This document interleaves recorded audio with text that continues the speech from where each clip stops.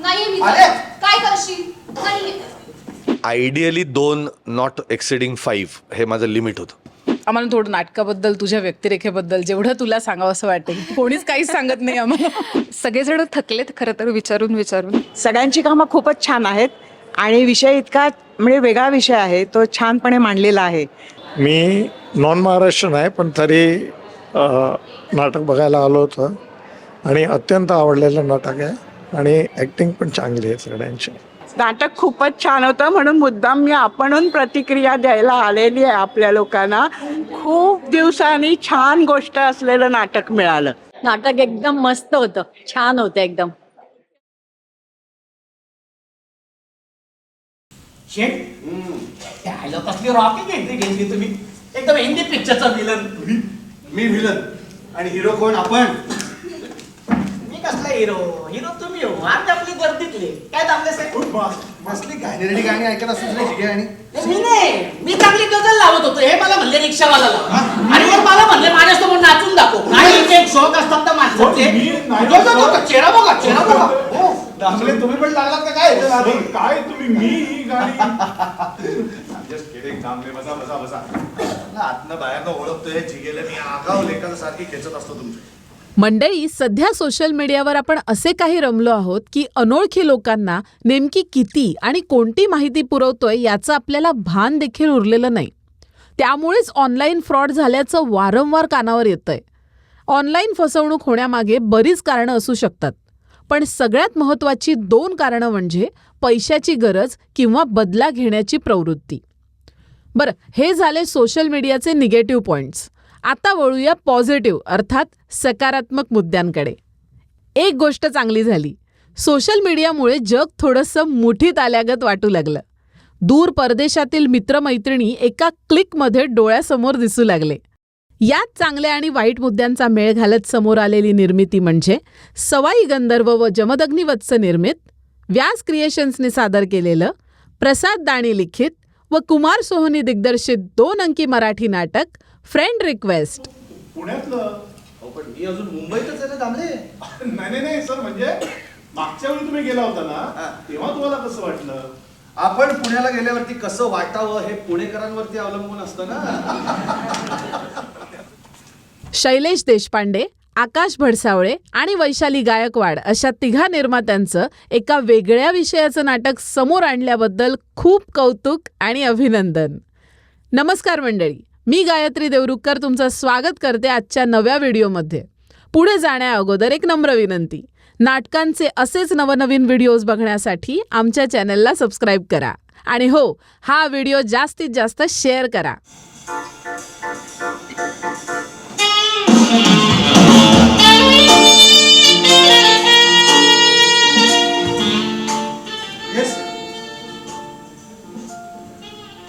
Hello. Hello, काय चाललंय काय? गृहप्रवेश. काय गृहप्रवेश, घरात प्रवेश करणे. हे असं जबरदस्ती? व्हॉट द फक? तूच हेच म्हणालास ना? तर यशच्या पुढे क्वेश्चन मार्क पण होता. येस और नो हे उत्तर असतं, प्रश्न नाही. ए बाई, कोण आहेस तू? काही काय हे बघ, तू जरा ताबडतोब सांगितलं ताबडतोब सांगायलाच हवं का? That would be better for you. Oh, is it? Yes.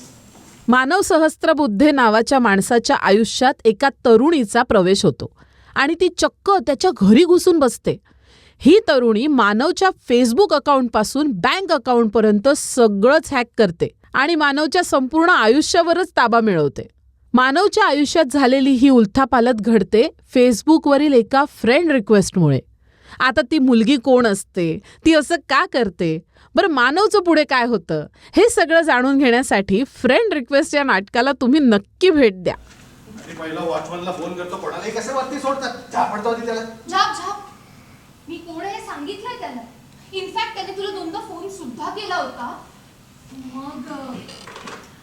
मग मी त्याला माझी खरी ओळख सांगितली आणि त्यानेच इथे मला तुझ्या दारापर्यंत आणून सोडलं. सर्वप्रथम नाटकाचे दिग्दर्शक आणि ज्येष्ठ रंगकर्मी कुमार सोहनी यांची भेट घेऊया. त्यांची ही 101वी कलाकृती आहे. जाणून घेऊया त्यांना काय सांगायचंय. माणसाच्या मूलभूत 3 गरजा मानल्या जातात: अन्न, वस्त्र, निवारा. पण सध्याच्या काळामध्ये चौथी एक मूलभूत गरज आहे ती म्हणजे सोशल मीडिया. कारण मुलगा जन्माला आला किंवा मूल जन्माला आल्यानंतर साधारण 2-3 वर्षाचा झाला की त्याच्या हातात मोबाईल येतो. मग तो जरासा मोठा लागला, कळायला लागला की तो फेसबुकवरती जातो. नंतर फेसबुकवरती, हे थोडंसं मी अतिशयोक्तीपूर्ण बोलतो आहे, पण थोडक्यात सांगायचं की सोशल मीडिया किती घुसलेला आहे आपल्या सगळ्या लोकांमध्ये हे सांगण्याचा मी प्रयत्न करतो आहे. तर त्यामुळे सोशल मीडियावरती फेसबुकवरती फ्रेंड होणं, फ्रेंड रिक्वेस्ट पाठवणं, त्यातनं काही फायदे होणं, काही तोटे होणं, काहीची फसवणूक होणं, काहींची नवीन रिलेशनशिप तयार होणं, काहींना त्या फेसबुकद्वारा अनेक चांगल्या गोष्टी मिळणं, या सगळ्याची शक्यता सामावून घेण्याचा एक प्रयत्न आम्ही या नाटकाद्वारे केलेला आहे. हे नाटक करण्याचं कारण म्हणजे आज सर्वसाधारण मराठी रंगभूमीवरती फक्त साधारण 40 किंवा 50च्या पुढले लोक नाटक बघायला येतात, पण तरुणांना आकर्षित करणारं म्हणून नाटकाचं नावसुद्धा फ्रेंड रिक्वेस्ट असं ठेवलं आहे. मी त्याचं नाव फेसबुक असं ठेवलं होतं, पण ते फेसबुक आम्हाला जाहिरातीसाठी वापरता येणार नाही, त्यामुळे आम्ही ते फ्रेंड रिक्वेस्ट जे ओरिजिनल जी गोष्टीचा म्हणजे जम आहे तेच आम्ही करण्याचं ठरवलं की हा तरुणांनी बघण्याचा हे बघण्याचं नाटक आहे. त्यातनं होणारे फायदे तोटे त्यांनी सांभाळून घ्यावेत आणि त्याप्रमाणे आपलं वर्तन ठेवावं. असा एक या नाटकामध्ये रहस्य आहे. या नाटकामध्ये कौटुंबिक जिव्हाळा आहे. या नाटकामध्ये वेगवेगळ्या रिलेशनशिपची चर्चा आहे.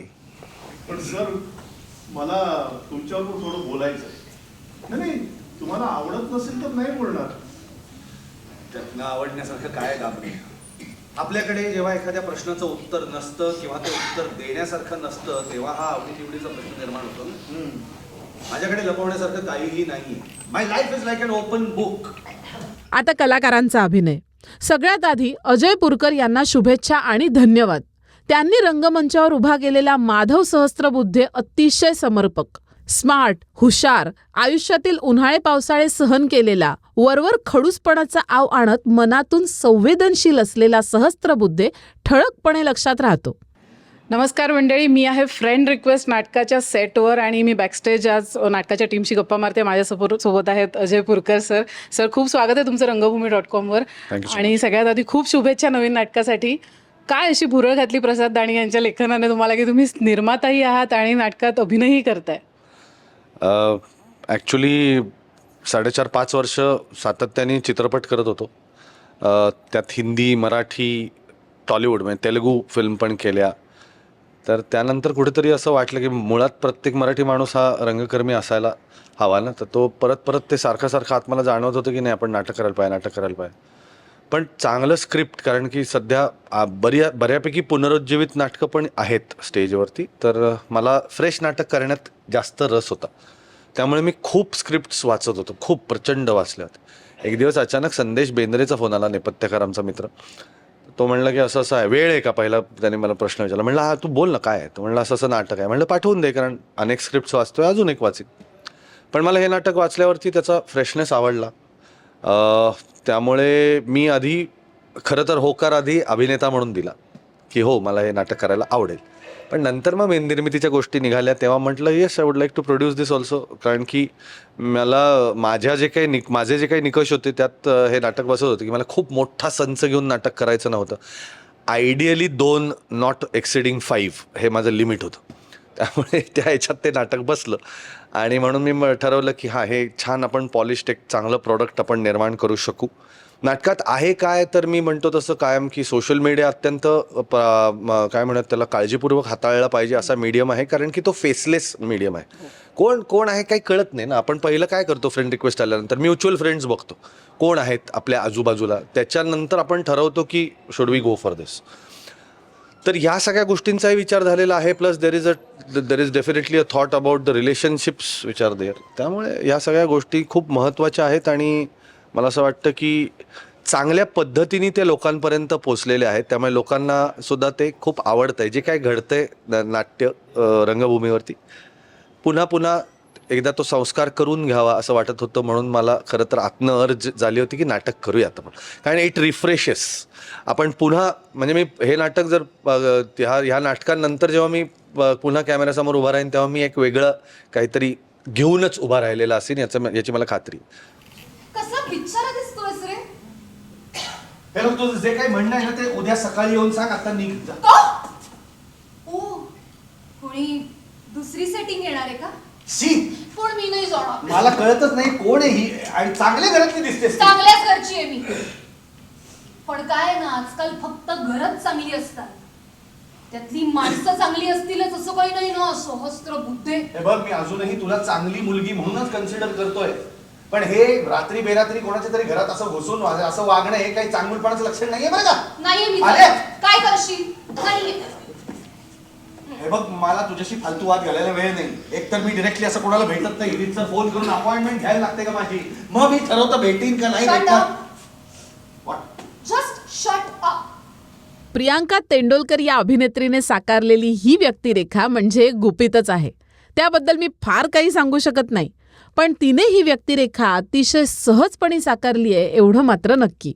राग, प्रेम, दुःख, नैराश्य अशा सगळ्या भावना व्यक्त करायची संधी मिळाल्याबद्दल आणि त्या संधीचं सोनं केल्याबद्दल प्रियांकाचं मनापासून अभिनंदन. रंगभूमीवर काम करणं हे मला वाटतं खूप नटांचं स्वप्न असतं. त्यातलं माझं तसं पूर्ण होतंय. पहिलं नाटक आहे? मी आधी केले आहेत, हां. म्हणजे मी नाटकातून ग्रॅज्युएशन केलं आणि त्याच्यानंतर मी करत आले. पण इतकी सुंदर भूमिका करायला मिळणं आणि इतक्या छान टीमसोबत करायला मिळणं, आय थिंक हे एक स्वप्न असतं जे की आपण दिसून येऊ नाटकातून. लोक उद्यानंतर येऊन म्हणतील की अरे वा छान काम झालं, किंवा अरे वा इतकी छान भूमिका मिळाली. तर डेफिनेटली ते स्वप्न माझं आज ह्या नाटकामुळे पूर्ण झालेलं आहे.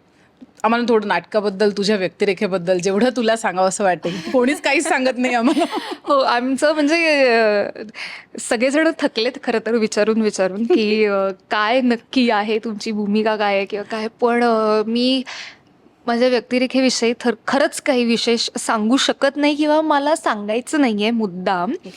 कारण मला असं वाटतं की ती कोण आहे, ती यांच्या आयुष्यात आल्यावर काय करते, आणि हे सगळे कोण आहेत पुरुष मंडळी जे इतर 3 आहेत, तर ते काय आहेत, कोण आहेत, ते काय करतात एकमेकांच्या आयुष्यात आल्यावरती. मला असं वाटतं की हे बघण्यात जितकी मजा आहे ना, ते असं सांगून मला ते स्पॉइल नाही करायचं आहे.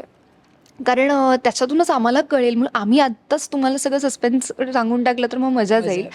तर तुम्ही आल्यानंतर तुम्हाला काय वाटतं की ती कोण आहे, काय करते इथे, काय ह्यांच्या आयुष्यात सगळं उलथापालथ करून टाकते, तर ती गंमत आहे.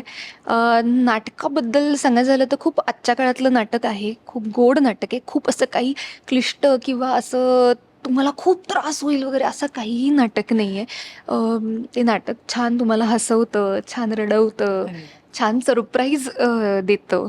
आणि मला असं वाटतं की आयुष्य तुम्हाला नेहमीच सरप्राईजेस देत असतं काही ना काहीतरी. तर आपण त्याच्यासाठी फक्त रेडी राहायला हवं की आज मला माहिती आहे, आज मी इथे, उद्या मी कुठेतरी भलतीकडे असेन आणि खूप अजून छान ठिकाणी नसेन.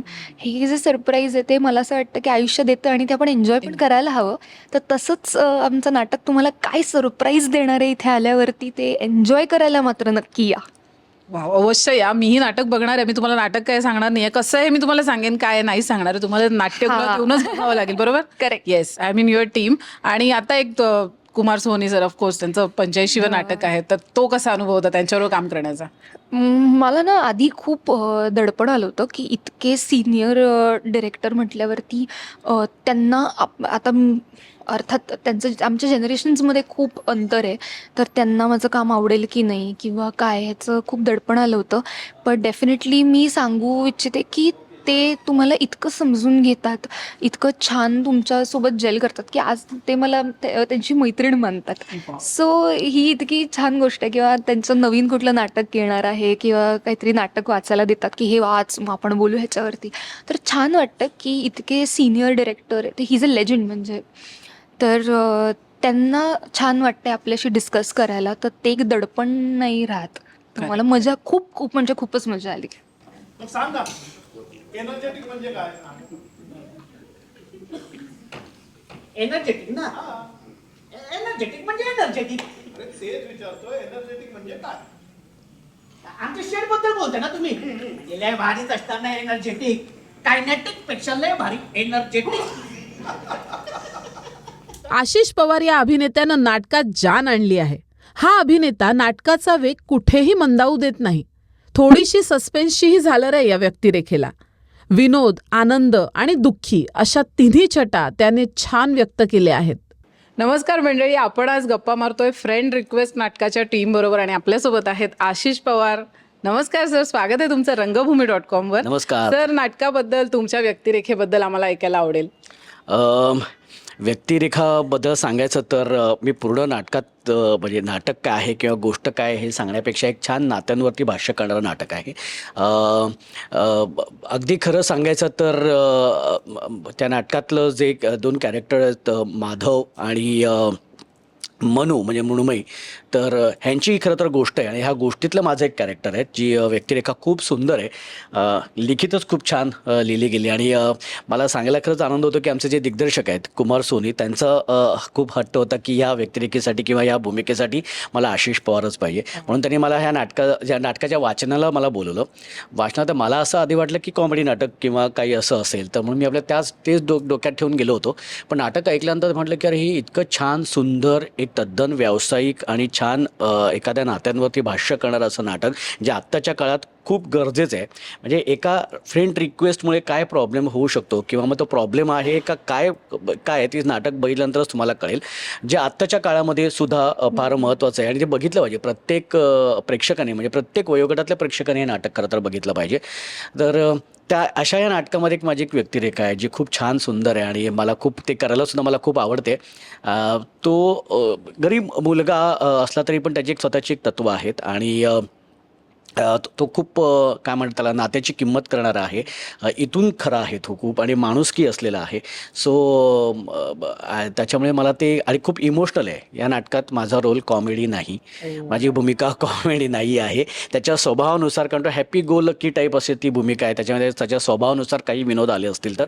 पण आता कॉमेडी करायची आहे म्हणून कॉमेडी असा रोल नाही आहे. खूप छान आणि सुंदर, म्हणजे त्याला तितकीच भावनिक आणि अशी ती भूमिका आहे. त्याच्यामुळे मला ती करायला खूप मजा येते. त्यांचं औषध आपलं हे एकच. ए बाबा, ए नाही नाही नाही नाही हा नाही, त्याचं हे औषध घेणं तू थांबवायला हवं. मी हा, अरे तू करू शकतोस ते, कारण तुझ्याबद्दल नेहमी चांगलं बोलत असतात माझ्याकडे. अतुल महाजन या अभिनेत्याची भूमिका लहान असली तरी महत्त्वाची आहे. त्यांची आशिष पवार सोबतची केमिस्ट्री नाटकात खूपच गंमत आणते. नाटकाबद्दल एवढंच सांगेन की हे आजच्या पिढीचं नाटक आहे. म्हणजे आजच्या पिढीत एखादी आपण जेव्हा फ्रेंड रिक्वेस्ट पाठवतो, सोशल मीडिया एवढं प्रभावी आहे सध्याच्या काळात, तर सोशल मीडियाचा वापर करून एखादी जेव्हा आपण फ्रेंड रिक्वेस्ट पाठवतो त्याचा कसा परिणाम होऊ शकतो हे दाखवणारं नाटक आहे. तर त्यामुळे तुम्ही थिएटरमध्ये जेव्हा याल तेव्हा तुम्हाला कळेल या नाटकात नक्की काय आहे. माझी भूमिका अशी काही फार मोठी नाही आहे. मी दामले म्हणून एक कॅरेक्टर करतो आहे आणि आणखी एक दुसरं कॅरेक्टर, असे 2 कॅरेक्टर्स मी करतो आहे. अजय पुरकर या नाटकाचा निर्माता आहे आणि त्याने मला मी आणि अजयने अगोदर 2 नाटकं केलेली आहेत, कोडमंत्र, ढाई अक्षर प्रेम के. त्यामुळे आमचं ट्युनिंग खूप छान आहे. तर त्यामुळे त्याने जेव्हा नाटक करायचं ठरवलं त्याने मला पहिल्यांदा फोन केला, तू करशील का? तर मी नाटक वाचलं पण नव्हतं आणि मी अजय तू म्हटलं तू करतोयस तर मी करणार, म्हणून मी करतोय नाटक. सहस्त्रबुद्धे आलेल्या पाहुण्यांशी कुणी असं वागतं का? आल्यापासून सध्या पाणी सुद्धा विचारलं नाहीयेस. पाणी काय दारू सुद्धा पाजतो आम्ही पाहुण्यांना, उर्मटांना नाही. लेखक प्रसाद दाणी आणि दिग्दर्शक कुमार सोहनी या जोडीचं मनपूर्वक अभिनंदन. आजच्या काळातील सोशल मीडियाच्या जाळ्याचा आधार घेत भावभावनांचा गुंता दाखवण्याचा या नाटकातील प्रयत्न स्तुत्य आहे. परंतु नावातच फ्रेंड रिक्वेस्ट या सर्वश्रुत गोष्टीचा उल्लेख केल्यामुळे सोशल मीडियाच्या मुद्द्यावर थोडं अधिक भाष्य करणं अपेक्षित होतं असं मला वाटतं. नाटकाच्या नावाचं सार्थक करणारे काही संदर्भ अधूनमधून आले असते तर अजून गंमत आली असती, इतकंच. पण नाटकाचा भावनिक माहोल तयार होण्यात या गोष्टीने फारसा फरक पडत नाहीये, त्यामुळे हा मुद्दा वजा करू शकतो. नाटकाचं संगीत सुंदर जमलेलं आहे. गुरु ठाकूर यांच्या रसभरीत गीतांना अशोक पत्कींच्या सुरेल संगीताची साथ लाभलेली आहे. संदेश बेंद्रेंनी उभारलेलं नेपथ्यही देखणं आणि सुटसुटीत आहे. मला प्रकाश योजनेबद्दल प्रामुख्याने नमूद करावंच लागेल. नाटकाची प्रकाश योजना नाटकातील प्रत्येक भावनेशी हर प्रकारे छान जुळून आलेली आहे. वैशिष्ट्य असं की नाटकाचे दिग्दर्शक कुमार सोहनी यांनीच नाटकाची प्रकाश योजना साकारली आहे. सर्वच स्तरांवर भाव खाऊन जाणाऱ्या या नाटकाला एक तिकीट स्वरूप फ्रेंड रिक्वेस्ट तुम्हीही पाठवा आणि नाटकाला अवश्य भेट द्या. अतिशय वेगळ्या विषयाला हात घालणारं आणि यंग जनरेशनपासनं ते माझ्यासारख्या म्हाताऱ्यांपर्यंत पोचणारं हे नाटक आहे आणि हे अवश्य सगळ्यांनी बघावं. याचे प्रयोग भरपूर होतील. या सर्वांनी जी घेतलेली मेहनत आहे ती पदोपदी प्रत्येक क्षणी ती जाणवते आणि एका वेगळ्या विषयावरचं हे नाटक तुम्हाला निश्चित आवडेल. जरूर बघा. ही माझी फ्रेंड रिक्वेस्ट तुम्हाला आहे. नाटक खूपच सुंदर आहे. हो फार इमोशनल आणि फार म्हणजे खूप टचिंग होतं नाटक. अभिनय तर अर्थात सर्वांचाच फार सुरेख होता. प्रत्येकाने आपल्या कामाला न्याय दिलाय. विषयही खूप चांगला होता. अतिशय सुंदर कलाकारांचं जे चूज केलं होतं सिलेक्शन ते अतिशय सुंदर, दिग्दर्शन अतिशय सुंदर आणि भूमिका अत्यंत समर्पकपणे रेखाटलेल्या सगळ्यांनी सुंदर, अतिशय भावलेलं नाटक. नाटक खूप छान आहे. सगळ्यांची कामं खूप छान झाली आणि मुख्य म्हणजे हल्ली आजकालच्या पिढीमध्ये हा खूप डिव्होर्स आणि मुलं आई वडिलांपासून लांब जातात. कोणाचं तरी एकाचंच प्रेम त्यांना मिळतं आणि हा जो विषय घेतला आहे हा खूप भावला, खूप आवडला. आपल्या आसपास हे सगळं आपण बघतोय, घडताना बघतोय आणि इमोशनल झाले मी, कारण आमच्या फॅमिलीमध्ये पण असंच घडतंय. माझ्या भाचीच्या बाबतीत असं झालेलं आहे आणि मुलगा वडिलांकडे आहे आणि ती एकटी बाहेर पडलेली आहे. त्यामुळे मी खूप इमोशनल झाले. खूप आवडलं नाटक. सगळ्यांनी आपल्या भूमिका खूप छान वाटवल्या आणि जो विषय त्या ज्या रीतीने मांडण्यात आला आहे त्यात वस्तुस्थिती पण दिसते आणि खूप छान कथानक, सर्वच आवडलं. मला नाटक अतिशय आवडलं. वेगळ्या तऱ्हेचं होतं. नव्या टेक्निक्स नाटकात पूर्ण आणि छान वापरलेली होती आणि विशेषतः कलाकारांचं सगळ्यांचं काम अगदी हृदयस्पर्शी होतं. फ्रेंड रिक्वेस्ट नाटकातील सर्व पात्रांनी खूप छान काम केलंय. हृदयस्पर्शी असा हा विषय होता. नाव बघून वाटलं काय असेल फ्रेंड रिक्वेस्ट, पण ज्यापासून नाटकाला सुरुवात झाली, नाटक अगदी खिळून ठेवणारं होतं. प्रत्येकाचा अभिनय उत्कृष्ट, प्रत्येक कामात अगदी जीव ओतून केलेलं काम आणि कुणालाच कोण सरस कोण त्याच्या कमी असं लेखताच येत नाही, कारण सगळेच सरस. खूपच छान, अप्रतिम नाटक, त्याबद्दल प्रश्नच नाही. अजय पुरकर बेस्ट, गाणं सुंदर आणि सर्वांचाच अभिनय एवढाच. आशिष पवार तर बघण्याचा प्रश्नच नाही. नाटक अतिशय सुंदर. परत सगळ्यांनी बघा. आम्ही पण परत बघू. मी खास वेडिंग ॲनिव्हर्सरीच्या निमित्ताने पण प्रयोग बघायला आलेलो, पण खूपच छान होतं हे नाटक. काही मोटिवेशन स्पीच पण होते त्यातून, खूप घेण्यासारखं होतं. प्लीज आवर्जून सगळ्यांनी हे नाटक बघा. नाटकात सारखं वाटायचं आता पुढे काय होणार. फार छान आहे. हलकं फुलकं आहे, विचार करण्यासारखं आणि विषय खरंच वेगळा आहे जरा. तर मंडळी, हा व्हिडिओ आणि हे नाटक तुम्हाला कसं वाटलं हे आम्हाला कमेंट सेक्शनमध्ये नक्की लिहून कळवा. आपण भेटू एका नव्या व्हिडिओमध्ये एका नव्या नाट्यानुभवासोबत. तोपर्यंत धन्यवाद. स्मार्ट, हुशार, आयुष्यातील उन्हाळे पावसाळे आहा